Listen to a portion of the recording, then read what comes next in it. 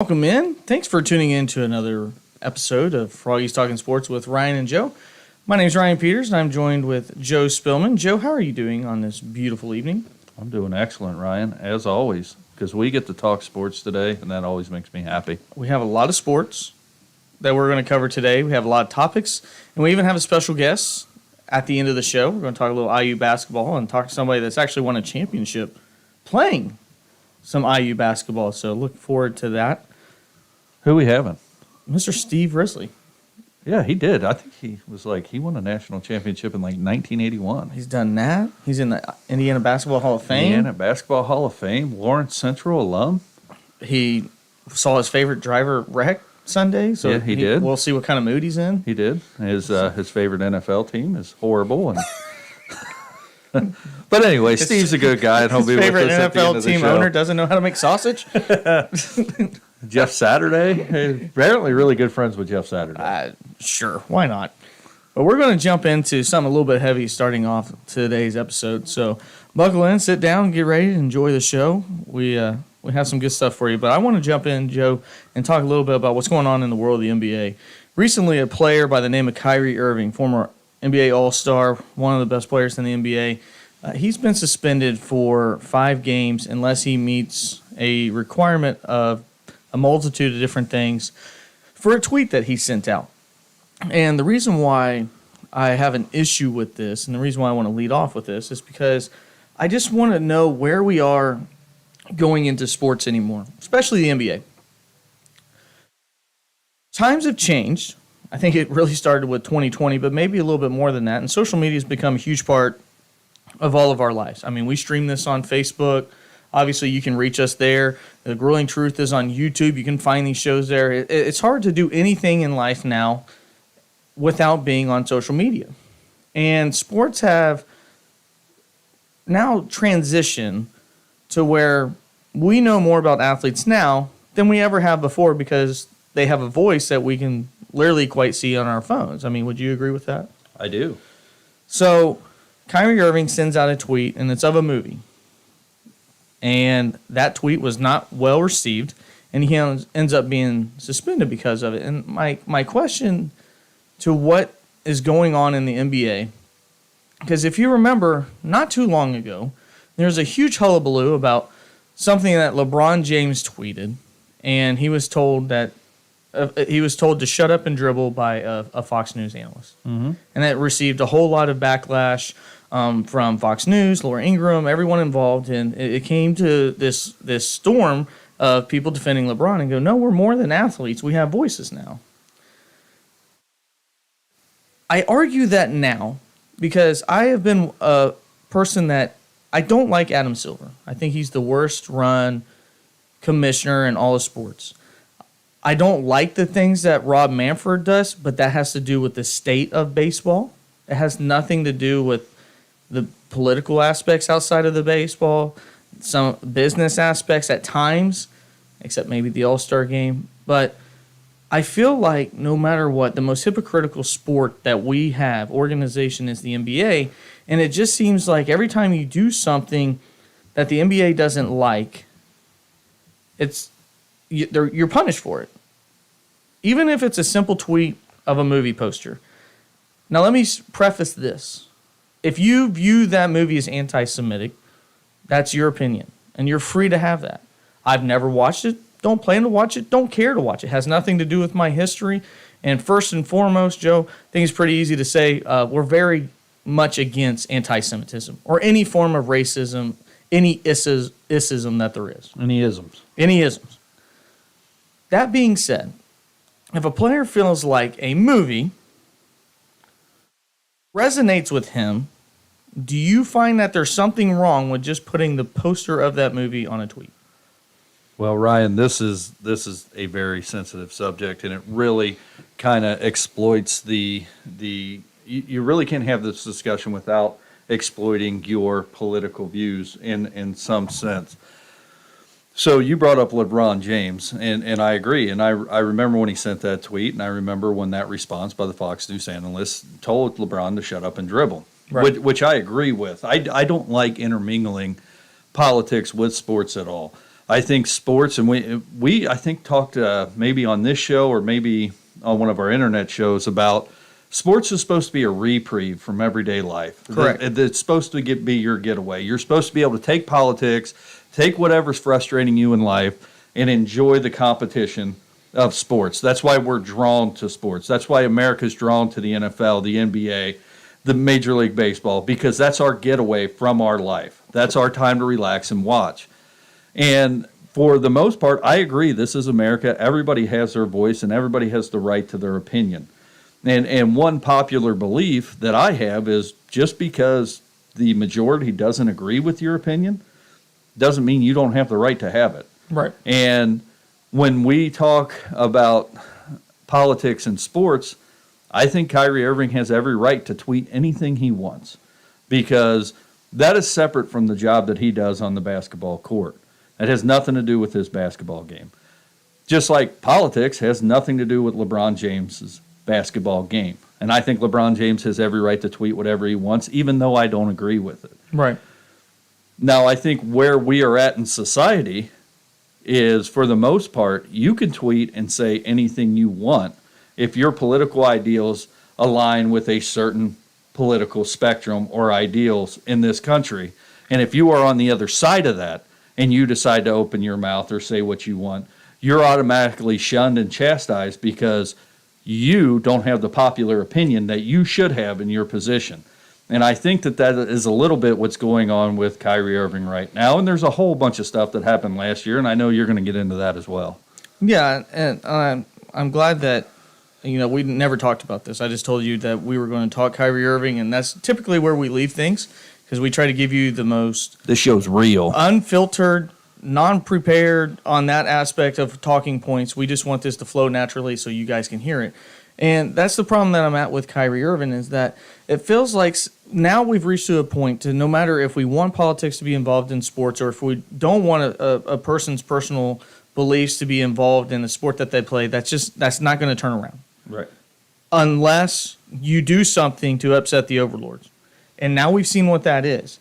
Because you can tweet about all kinds of things and it'd be okay. But I've never seen somebody tweet a movie poster and say, no, this is hate.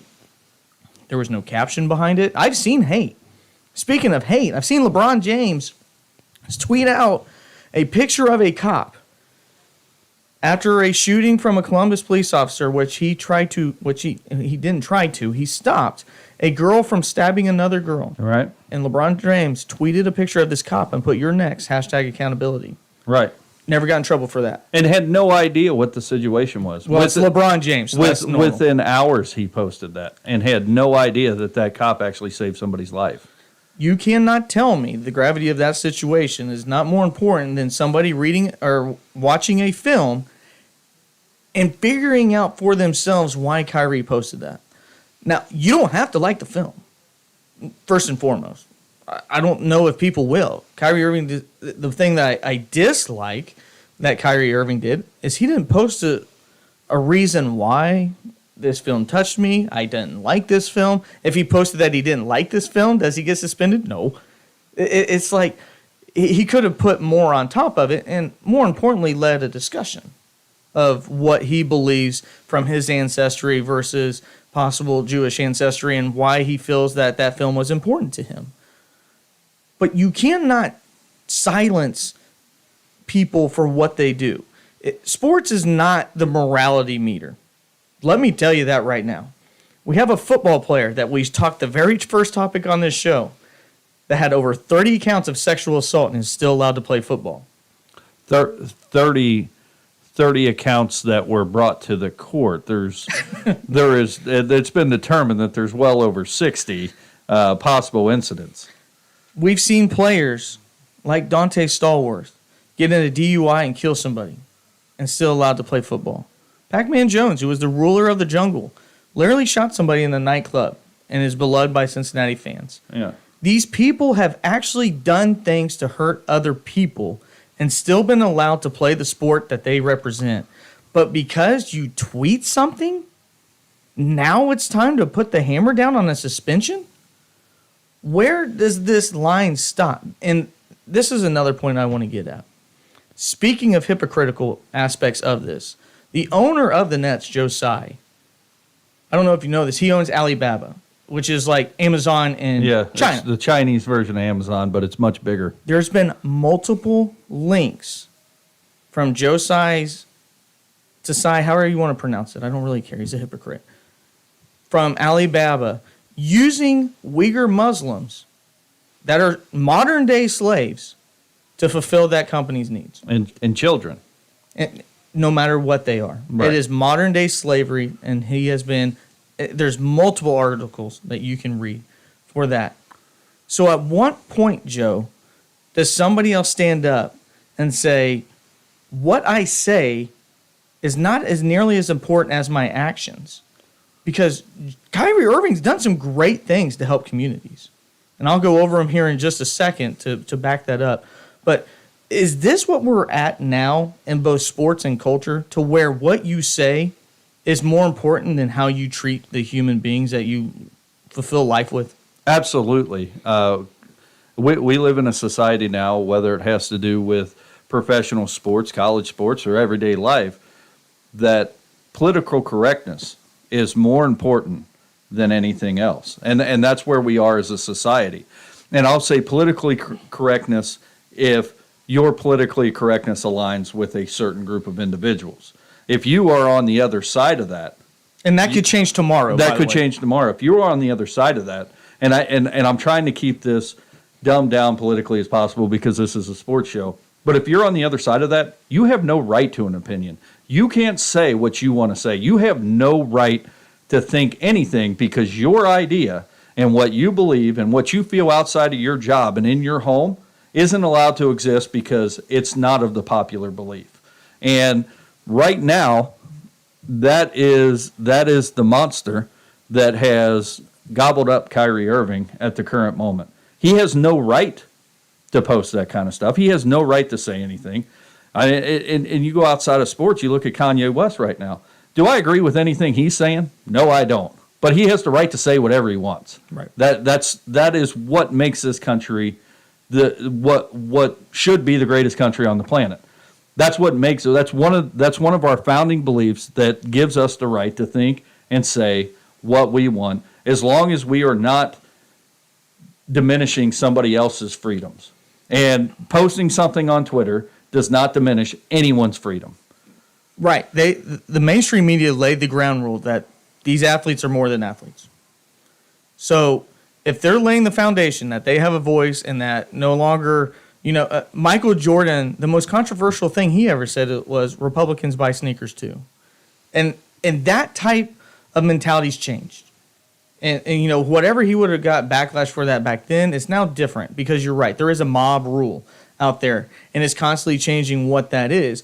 And if you want to get to know these athletes the way that most kids do, then they should be allowed to freely express themselves. The best thing as a society that we can do to connect with our athletes is, more importantly, bring up a discussion. Kyrie, why do you believe this? Okay, this is a film that a lot of people believe is very controversial and don't like. Defend why you want people to watch this.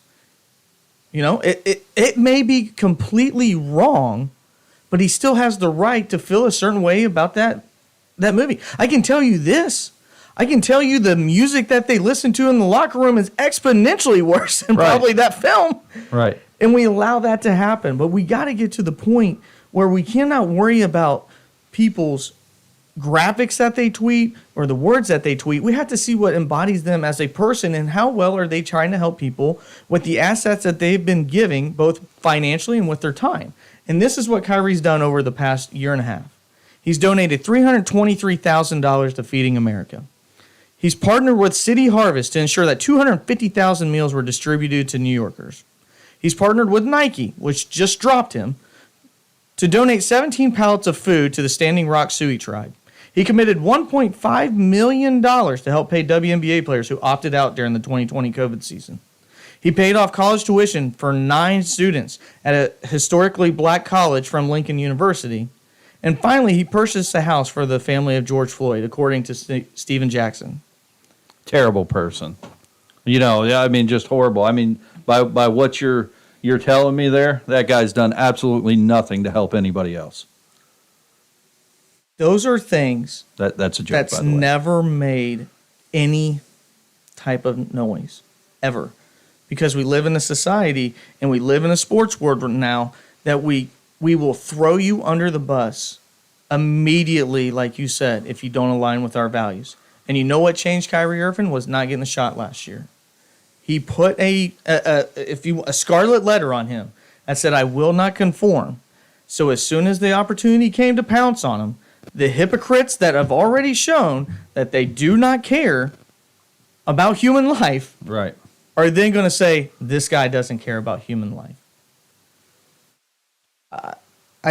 I wanted there to be another side to this story, because you're not going to hear that. And maybe 95.9 Froggy is not big enough for you to really care enough about it. But there's got to be something else that we measure humanity by. And it's, for more often than not, except for maybe since the social media era, it's by what you do. It's not about what you say. We used to have a saying, Joe, put up or shut up. Right. People need to put up more when it comes to their actions and the things that and there are a ton of people. One of the best things that I saw this weekend was Joe Mixon go out and shake every single person who was a military member at the game that we had, because it was a salute to service game. Shake every single member of the military's hand after they came out of the tunnel. Do you think that was received everywhere? You know what I got told in the stands? Joe Mixon punched somebody, still deserves to be in jail.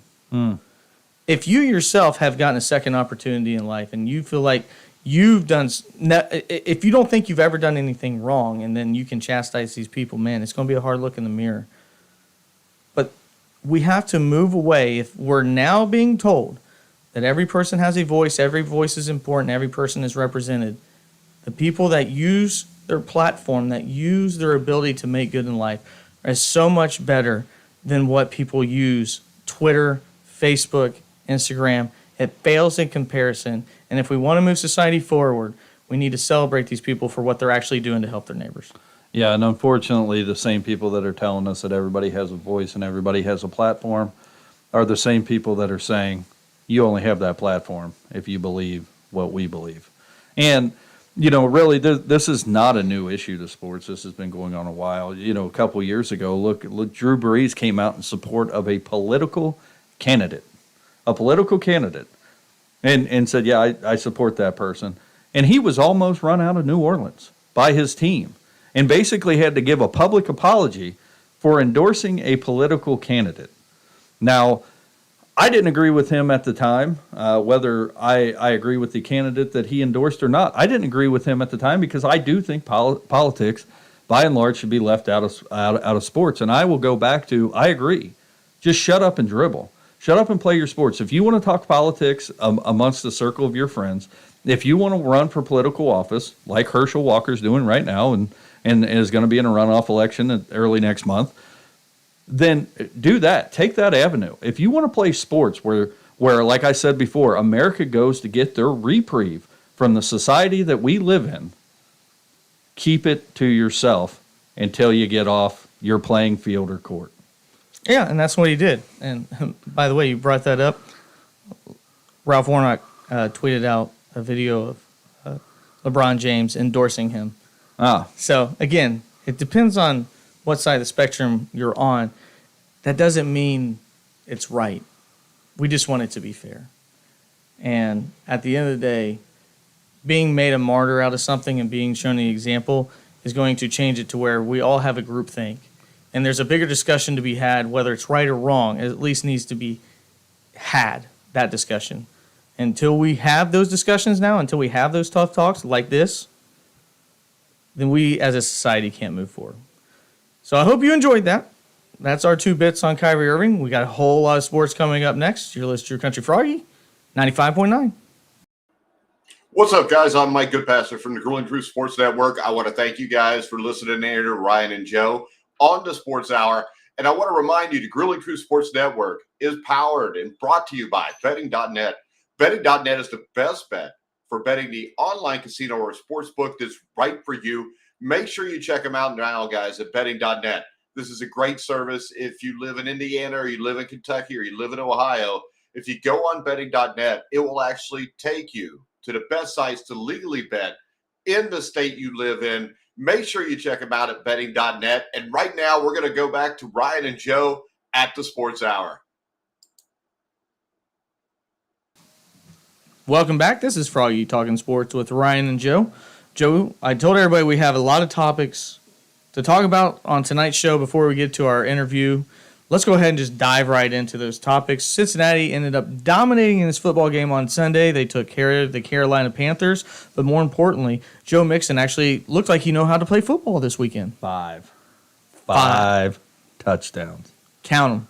1, 2, 3, 4, and 5. Yes. What was more impressive to you about that game? Was it Joe Mixon by himself, or was it the way that Cincinnati actually looked like they knew how to run an offense against a bad team? Well, their offense did look good, and don't get me wrong, Carolina's a very bad team. But before we say anything, I want to publicly apologize because I got on this show last week and ranted about the Bengals and Joe Mixon a little bit and kind of said that he was done and he needed to get out of football. I will swallow those words, and I will enjoy swallowing. Don't apologize. No, I am going to apologize. He listened to the show and it motivated him. Yeah, I'm sure that's what it was. But he showed he's got a lot of life left in his tank. You want to talk about Carolina being a bad team, which they are a bad team. They have a bad defense. But at the end of the day, they're still NFL players, and you can't take away 5 touchdowns in an NFL game. I don't care if you're playing the worst team in the league. Yeah, and the defense was really impressive. They got 3 turnovers. All those were interceptions. Their defensive backfield was completely banged up. I thought that there's a chance DJ Moore was going to have an amazing day. At the end of the day, Carolina Panthers fans were cheering for Baker Mayfield, and that's how you know things end up working out well. Yeah. And I saw some Carolina Panthers down there that were elated when Baker Mayfield got in the game. I will say, though, I found something out about you this week, Ryan. What's up? At the Bengals game. What's up? I'm sitting in my seat and joining with my kid, and I'm like, this is great. I wonder if Ryan's still on the other side of the field. So I text you, and I'm like, hey, man, you still here? And you're like, nah. Oh, no. Oh, no. As soon as Brandon Allen came in the game, that was my 2 tickets to paradise. I was like, okay, if they're calling it a game, I am too. Although I did see some funny memes about how Carolina was able to bench Joe Burrow. Those were kind of funny. Yeah. Well, and also Baker Mayfield came in and looked exactly like what Baker Mayfield does against Cincinnati. Yeah. If he could play Cincinnati 17 times a year, he'd be a first ballot Hall of Famer. He didn't look bad, but I don't understand the logic. I mean, at the end of the day, Joe Burrow needed to come out. That was a good decision. Yeah. I would have been throwing fits if he would have stayed in that game the second half. But also, the second half of that game, well in hand, come out at the half 35-0, score a quick touchdown. It's 42-0. And then you let Carolina just throw up 21 points without even breaking a sweat. And yeah, Zach had the over. Yeah, well, that was 13, I think. So fair enough. Fair enough. You only had to let them score once. Well, yeah, you're right. You're right. Let's go ahead and talk about the NASCAR Championship, the last Final 4 drivers: Christopher Bell, Joey Logano, Ross Chastain, and Chase Elliott. And it ends up being Joey Logano, Giggles, that ends up getting his second championship. He was the oldest driver in the field at a hefty 33 years old. Now celebrates his second championship. What did you think of the race, and overall, what do you think of the champion?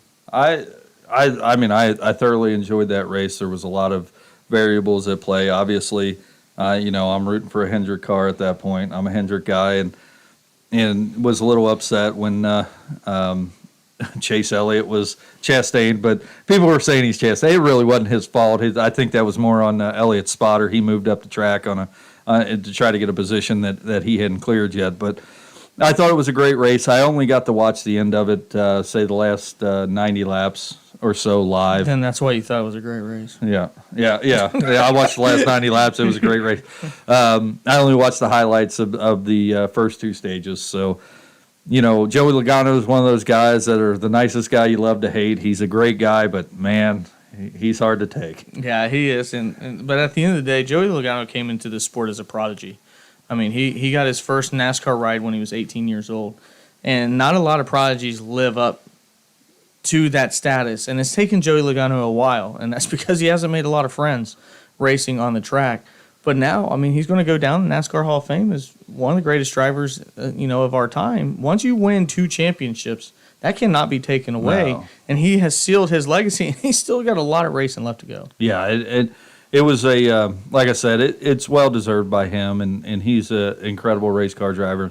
You're never going to take that away from him. He doesn't know anything but racing. That's true. true. You listen to people talk to him about football or baseball, or there was that one clip earlier in the season where he was throwing a football, and it was like, man, just get back in your race car, dude. Yeah, that was bad. That was bad. Even a punter has a better spiral than what Joey Logano was trying to throw up. Yeah, that was intense. Over the weekend, we had a huge college football weekend where Georgia ended up playing Tennessee, and really it was Georgia exerting their dominance. Are they the team to beat for the national championship? Oh, I think for sure. I don't know. And going into this week, I would have said that, after the game that they played, that Ohio State might be the only team that has a chance to beat them. And I know people love to hate Ohio State. And after this weekend, with them playing at Rutgers and a terrible Northwestern, Rutgers, Northwestern. Michigan played Rutgers. Playing Northwestern in terrible weather. And, I say this all the time, and I said this, and I may even took to social media and said, bad weather like that only makes a bad team better. It never makes a good team better. And I think we saw that, but Ohio State against Northwestern played terrible, and I think they'll bounce back. But before this weekend, I would have said that Ohio State had the only chance at beating Georgia. I don't know if there's a team that can compete with Georgia right now in college football.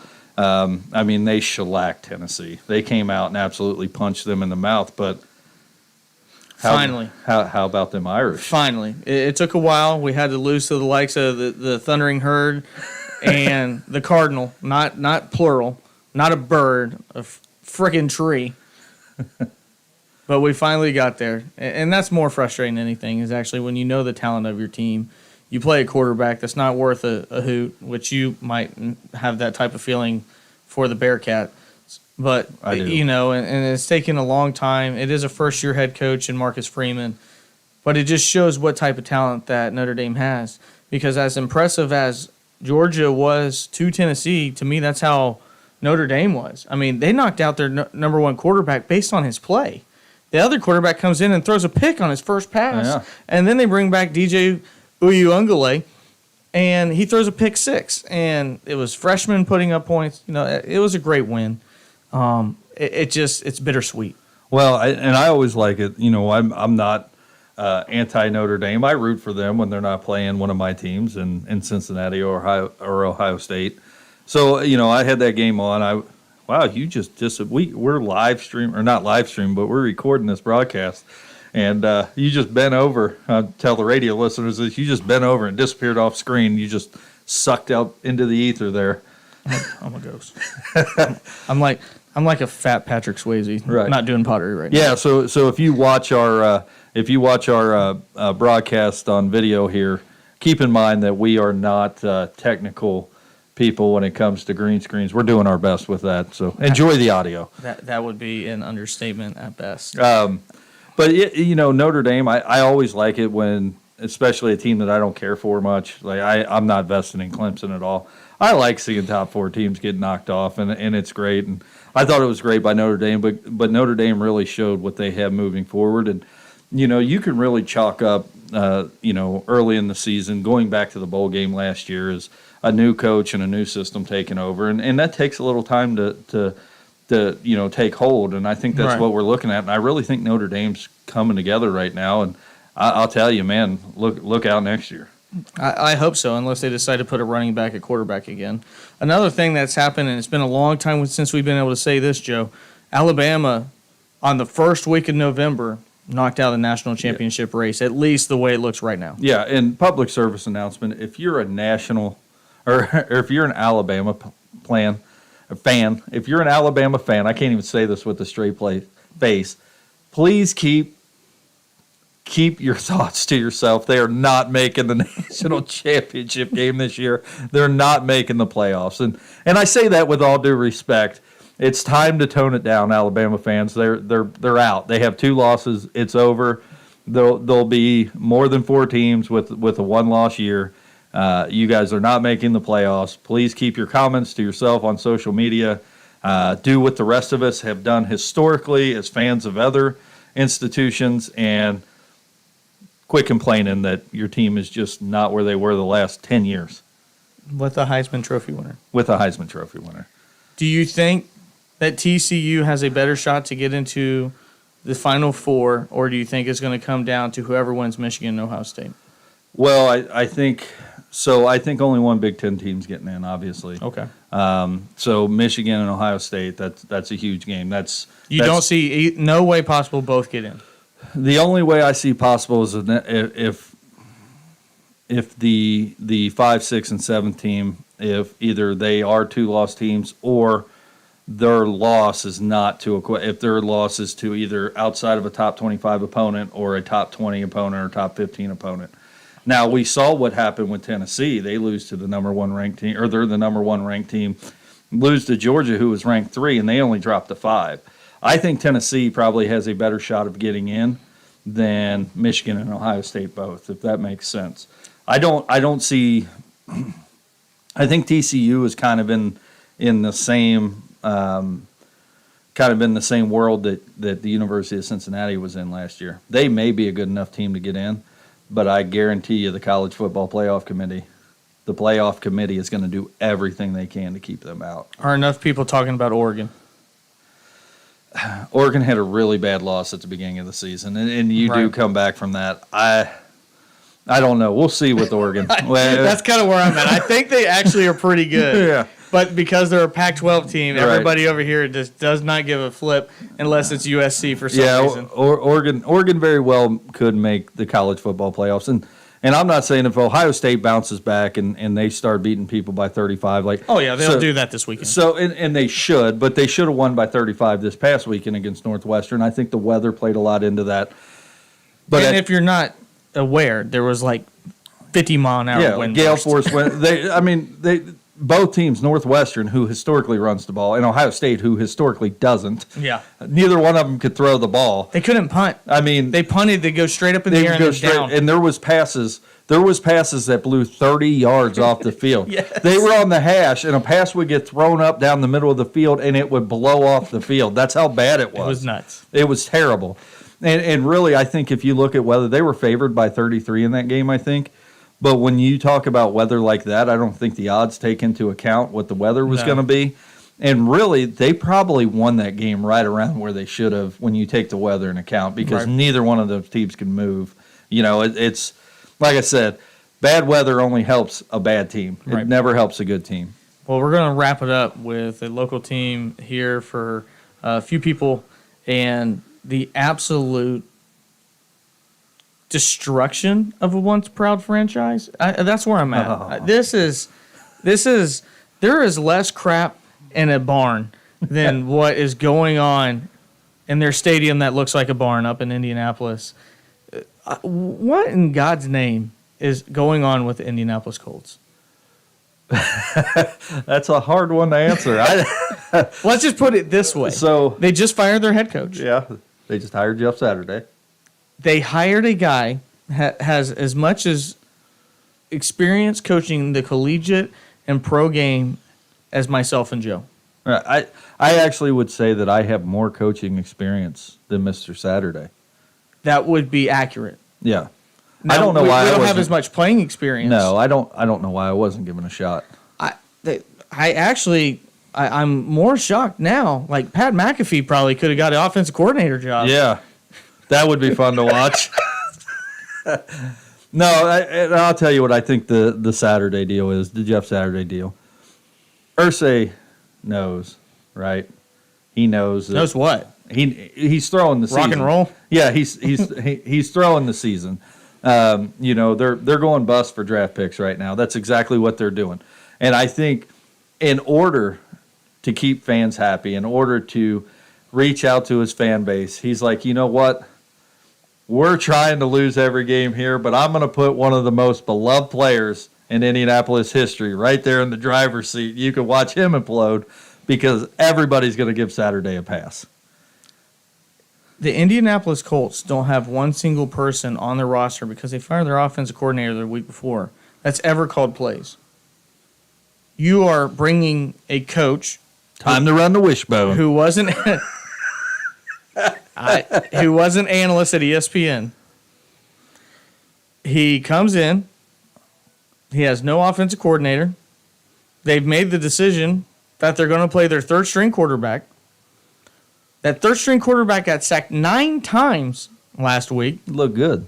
And to make it all better, it was announced on ESPN during the broadcast when Jeff Saturday was just an analyst not that long ago that he plays in a fantasy football league with Devontae Adams, and they play each other this week. No. And the Colts play the Raiders, and the Raiders today just fired their head coach, Josh McDaniels. Yeah. How do you bet that? You got to bet the under, right? I think so. Yeah, I wonder what the under is right now. 30? 28? I have no idea. 27 punts? You know, I'm trying to think back, really. When is the last time, that we've seen madness like this? I can't remember madness like this. Out of any NFL franchise. You've seen teams purposely bust for draft picks, which, is something that I think is a problem in the NFL. I think that, we saw that with Miami. Miami did that. And of course, Indianapolis did that for luck even, kind of. Yeah, with Curtis Painter. Yeah. So, I do think that's a problem in the NFL, but I've never seen madness like this. And speaking of, not Oakland, but Las Vegas, maybe they gave the wrong guy the job anyway. No, surely not. Yeah, why not keep the guy that takes a sub 500 team to the playoffs after he takes over? Don't keep that guy. After he takes over, after a player goes to jail. Yeah. There was so much turmoil that their interim head coach last year went through, pieced it together for, a 7-game winning streak? And almost won a playoff game. And was one play away from winning a playoff game. Yeah, fire that guy. Yeah, let's get rid of him. Yeah. No, but in all seriousness, Nathaniel Hackett has to be extremely happy he wasn't the first coach fired in the AFC West. But, you look at the way the Colts are doing things, and when I saw this news, do you want to know what my first reaction was when it says the Colts fire Frank Reich and hire Jeff Saturday? And this is, I'm not going to apologize for this. Well, before you give your first reaction, please remember that this is a radio show and we are bound by the FCC. Okay. Do you want to guess? No, go ahead. Just tell me. I said drug test. I said drug test Jim Irsay. And then after, it's like, oh, that's real funny, Jim Irsay, he's got problems. Then he goes, during his interview, and says, since 2000, we've been the upper percent. Hold on. This is, I have to. You got to get this right. I have to read this to you because it's so stupid that there's no way that I could butcher it just trying to read normally. We're the upper quartile of the top quartile of that upper quartile of winners. Say what now? Read that. Since 2000. Slow down. We're the upper quartile of the top quartile of the upper quartile of winners. There's a lot of quartiles there. Mm. Well, actually only 3. There should probably be 4 if you're going to keep doing quarters. Well, you got to square each one of them. They're the upper half of the top, which I guess would be the top quarter of that quartile. I disagree with him. And then, if that's not worse, goes, I don't know what goes into making sausage. Quit it. I don't know what goes into making sausage, but I know what goes into making good football teams. And that is never eat his sausage. And that's Peyton Manning, I guess. I don't know because he doesn't know how to make good football teams. Craziness. I'm sorry, Colts fans. Maybe that's why our owner, Cincinnati, shuts up. Yeah, he hasn't said anything in 30 years. Yeah, I don't know what goes into making ghetto. The first time I heard Mike Brown speak in 30 years was after the Kansas City win in the AFC Championship. Yeah, I game. actually thought he was Emperor Palpatine on Star Wars. That's going to wrap it up here. We got a special guest coming up. Thanks for tuning in. Hope you guys are having fun. This is Froggy Talking Sports with Ryan and Joe. We'll be back right after the break. What's up, guys? I'm Mike Goodpasser from the Grueling Truth Sports Network. I want to thank you guys for listening here to Ryan and Joe on the Sports Hour. And I want to remind you, the Grueling Truth Sports Network is powered and brought to you by betting.net. Betting.net is the best bet for betting the online casino or sports book that's right for you. Make sure you check them out now, guys, at betting.net. This is a great service. If you live in Indiana or you live in Kentucky or you live in Ohio, if you go on betting.net, it will actually take you to the best sites to legally bet in the state you live in. Make sure you check them out at betting.net. And right now, we're going to go back to Ryan and Joe at the Sports Hour. Hello, everyone, and welcome back. We have a guest on the line. We're getting ready to talk some IU basketball. 1981 champ and only the second best Hoosier ever behind just the Mop Lady. The Mop Lady. The Mop Lady. With the one and only Steve Risley. Sir, how are you doing? Oh, Indiana, oh, Indiana, oh, Indiana, we're all for you. Stay tuned, guys. It gets better. That's about as well as she sang it walking down the halls. If I tell you how many times I walked down those halls getting my ass chewed, you'd never believe it. She was probably cleaning up the crap that I was dropping out of my drawers while Knight was tearing me a new butthole. Well, Steve, we're on Froggy, so you gotta make sure that you don't get us kicked off by the FCC. Okay. I know you're a Bob Knight guy. Language. I know you're a Bob Knight guy. I know you're talking donkeys. It is what it is. But I told Joe during the break, I said I'm going to compare him to the Mop Lady, and Joe had no idea what I was talking about. I'm like, Steve will understand. Oh, doesn't know the Mop. I actually met her a couple. I don't know the Mop Lady. Well, let's go ahead and start talking about She some was IU sweetheart. basketball. We now are starting a new season. Steve, IU has a lot of expectations as someone that's been part of a national championship and also played under the greatest head coach in college basketball history. What can you tell us what you're looking forward to this year with IU being presented, at least preseason, as the best team in the Big Ten? Well, I'm telling you what, I'm going to go ahead and say this right now, and I do a couple of other shows on IU basketball as well, from time to time, and I'm going to call this the season of return to relevance. I think that this is a chance now. Mike has, and a little backstory here. Mike and I played elementary school basketball together at Edgar H. Evans Indianapolis Public School number 11. And it was Mike, myself, and Wayne Radford were all in that same school together. And we all ended up going to separate high schools and playing and competing against each other in high school. And I got the privilege of playing against Mike for 3 years in high school.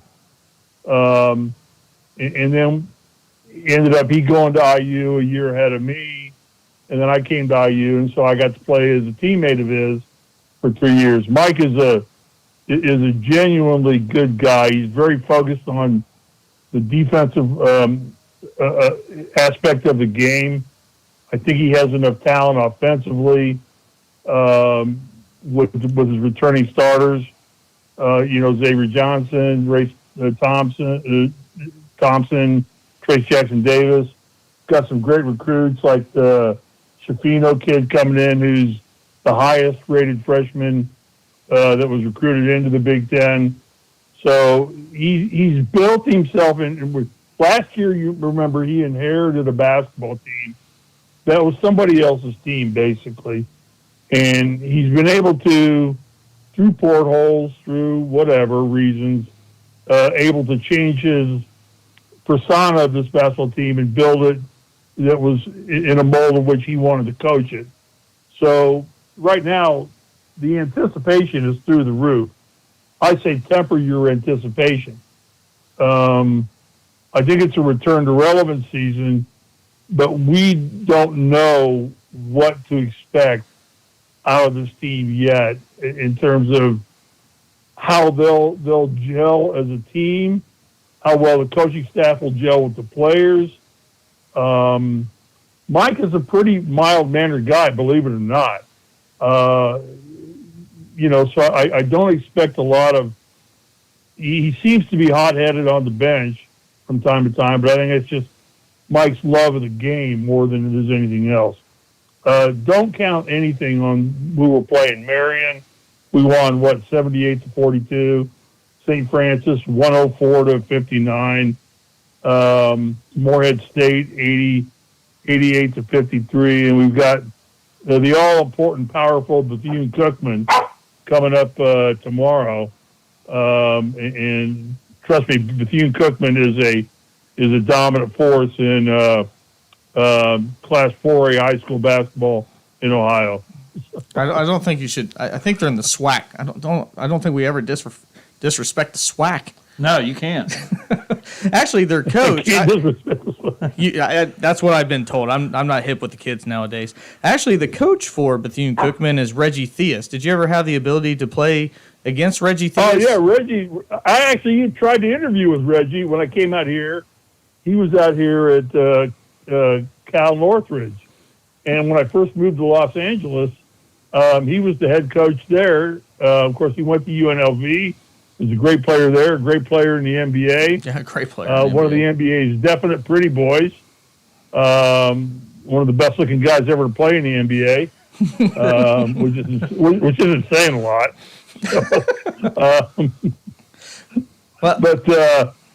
I came out to Cal State Northridge, and it's about 5 blocks from my house. I got to roll my bike to work every day, which I would have done. And I sent my resume to him, had allegedly Coach Knight sent him a letter. Actually, I had a letter from Coach Knight that I put in my packet, but I never got an interview, but it doesn't matter because he got fired the next year anyway. So, and they brought in the guy from Maryland. We got fired from Maryland for cheating. I can't remember his name. Reggie. So Reggie's at Bethune-Cookman now? Yes, sir. He's the head coach there. So there you go. Maybe I should go try and get an assistant coaching job with him there. Well, not now. You disrespected the SWAC. You went off. You disrespected the SWAC, and you're never getting a job anywhere within the SWAC.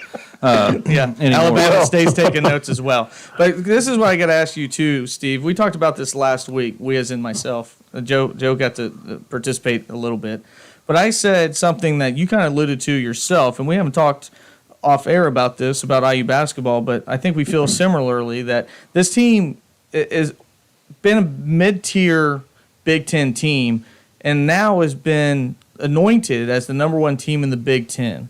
And I, myself, like you just did, said you have to wait because nothing in the Big Ten is ever given to you. You have to earn it. Do you feel that way based on when you played in the Big Ten, and that's why you feel that way today? Oh, there's no doubt. There's no doubt. The Big Ten is the premier college basketball league or conference now in the country. And if we allegedly get UCLA and USC to join now out here in LA, there's a lot of pushback on that, and the state is trying hard to keep these schools. Although there's nothing much they can do with USC because USC is a private school. Right. And so they can go wherever they want to go. But UCLA, it's part of the University of California school system out here. And basically the basketball team and the AD just decided to go without really talking to the Board of Regents of University of California, which is UC Berkeley, UCLA. There's UCs all over the place out here. But that's a sidebar story. But yeah, I think that nothing is given in the Big Ten. Teams are going to rise. We don't know how good any team's going to be right now. Indiana had an incredibly good recruiting year. They continue to have good recruiting coming in for the next few years. Mike has done a very good job with that aspect of it. But the bottom line is you got to put it on the court. And you got to leave the blood there and be willing to go to war every time you play a Big Ten team. And it's not easy to do. I fought for 4 years in the Big Ten, and there was no given who was going to do anything. I was fortunate enough to be part of teams that won 2 Big Ten championships. We won the 1979 NIT, and we came out of nowhere, basically, and won the 1981 national championship by winning our last 10 games, 5 of which were the last 5 games I played in the Big Ten. And it was not an easy thing to do. So, yeah, I think anybody that comes out here right now with Indiana basketball and puts any faith or value in these preseason games they're playing right now is really drinking the Kool-Aid, so to speak, for whatever reason or not. We'll see how good this team is and how good a coach Mike is in terms of college basketball. And, it's all just be patient, everybody. It looks good right now. It's a talented team. And, yeah, I just want everybody just to be patient. Now, Steve, have you had a chance to talk to Coach Woodson this offseason, this preseason? And where do you think his head is at, or what are his expectations, you think, going into this season? Well, I think his expectations are to rebuild the program and get it to the point to where, like I said, it has relevance again. I think for a long time now, for about 15 to 20 years, Indiana basketball has sat dormant, basically, and not really been a relevant team in terms of the national scope of college basketball. And I think that's the first thing Mike wants to do, is get this team back to respectability. And to do that, you got to win basketball games. You got to win tough games. I like what he's doing. He's building a tough schedule. We got Kansas, we got North Carolina, we got Kentucky coming back in a year. I think, is it a year or 2 years? I don't know, but they're going to start playing Kentucky again. I think he's looking to bring the powerhouse teams back in, and that's what we did in my years at Indiana. We always had preseason games against the toughest teams. The thing that's important for this team with these games they're playing right now is to put W's on the board, because the ratings and the rankings and the selection process, you pretty much got to have 20 wins now to get yourself in the tournament. And so you kind of stockpile some of these early season wins, and they just go down as W's, not losses, on your record. But he's got some very tough games coming up that down the road here before he gets into the Big Ten. So I like what he's doing there. I love that. Now and trust me, I can fill Assembly Hall on my own for people that want me to get them tickets to the North Carolina game. Cheapest ticket on StubHub is $400. I'd like to get myself tickets to the North Carolina game. So, yeah, I haven't even been able to do that yet, although I'm in Los Angeles, so thank God for ESPN. Yeah. Because I'll be watching it there, I'm sure. Steve, I went to try to get tickets on StubHub to that, and it asked me what my credit score was. And I said, I don't think I'm going to be able to afford this. But that's good. That's return to relevance for Indiana basketball. Well, I want to piggyback off of that. They got to ask you your credit score.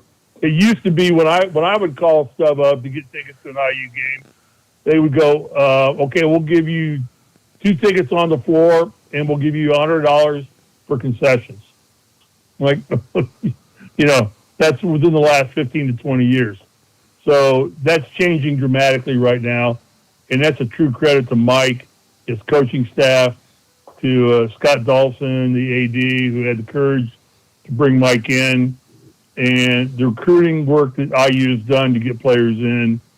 So now we're all just going to sit back and wait and watch and see what they do. I like the fact that he's playing a lot of players right now, trying not to get anybody injured or hurt.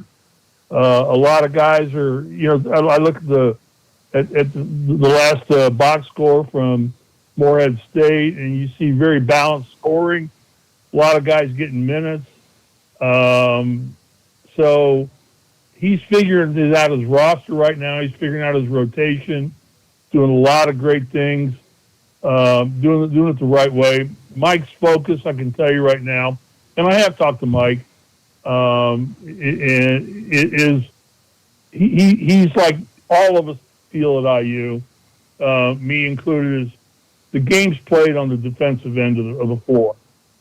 I mean, most all these guys can score and put points on the board, especially with Trace Jackson and Ray Thompson and Miller Kopp, this new freshman Jalen Hood, Shafino, Xavier Johnson. I mean, you go down the list. Trey Galloway, who's a real spark plug for this basketball team. They can score, but the question is how hard does this team want to work defensively? And I always liked playing defense because it gave you an opportunity to knock the crap out of somebody whenever you could. Now, the Big Ten was a lot more loose when I played than it is now. To get a what's that foul they call now? A flagrant? Not the technical flagrant foul. You had to draw blood. When I was playing, if you didn't draw blood, there was no such thing as a flagrant foul. Now, if you touch somebody wrong, going up for a layup or something like that, it's flagrant 1 or flagrant 2. So I don't know. Tell that to Rudy Tomjanovich. Well, Steve, we're kind of running up against the clock, so I got one last question for you. If you can wrap it up in about 30 seconds. You mentioned I can't do that. No way. I know you can't. We've talked long enough before. You mentioned return to relevance. What does that look like in Steve Risley's opinion? I think realistic right now. I would expect a Sweet 16 appearance by Indiana basketball. So it's a postseason goal. I would expect a run to the championship game of the Big Ten tournament. Now, Indiana's never won a Big Ten tournament. Oh, God, they're horrible in the Big Ten tournament. In the history of the Big Ten tournament, I think that if I was return to relevance, is they get to the championship game. I think if they get to the championship game, they'll win it, but they've got to get there. And then I expect a Sweet 16 appearance. Anything above that, I think at this point, this year would be gravy. Now, next year, you have me on like this time, I'm going to tell you a different story. I'm going to talk about Final Four and things like that. And we may get to the Final Four this year. I don't know. Right. I don't know this team that well yet. But I would say, based on what Mike has accomplished so far and what he's done and what his ability to coach is, if they don't get to the Sweet 16, I think it's a disappointing season for this team. Right. Well, I agree. I think that's a good watermark. I've asked other people, and I think they feel the same way. Well, Steve, we really appreciate you joining us here on Froggy. Well, Ryan, can I ask you one question? As quick as you can. How do you feel about Kyle Busch going to We'll be back next week. That's going to wrap it up. That's the 1981 champion, Steve Risley, and also Indiana Hall of Famer. We appreciate everybody for tuning in. We'll be back. Hey, guys. Go ahead, Steve. Thank you very much for having me on. Thank you, I look Steve. forward to being back. Thank you, Steve. Thank you, Steve. Bye-bye, guys. Good luck with yourself. Yep. See you later. Again, that's going to wrap it up here. We hope you enjoyed the conversation that we have with Steve. We'll have him again back into the season. But, Joe, it's been a great show. Appreciate you joining, like always. Fun as always. It's been a good one. Tune in next Thursday. That's going to do it for us at Froggy Talking Sports with Ryan and Joe. Have a wonderful rest of your week.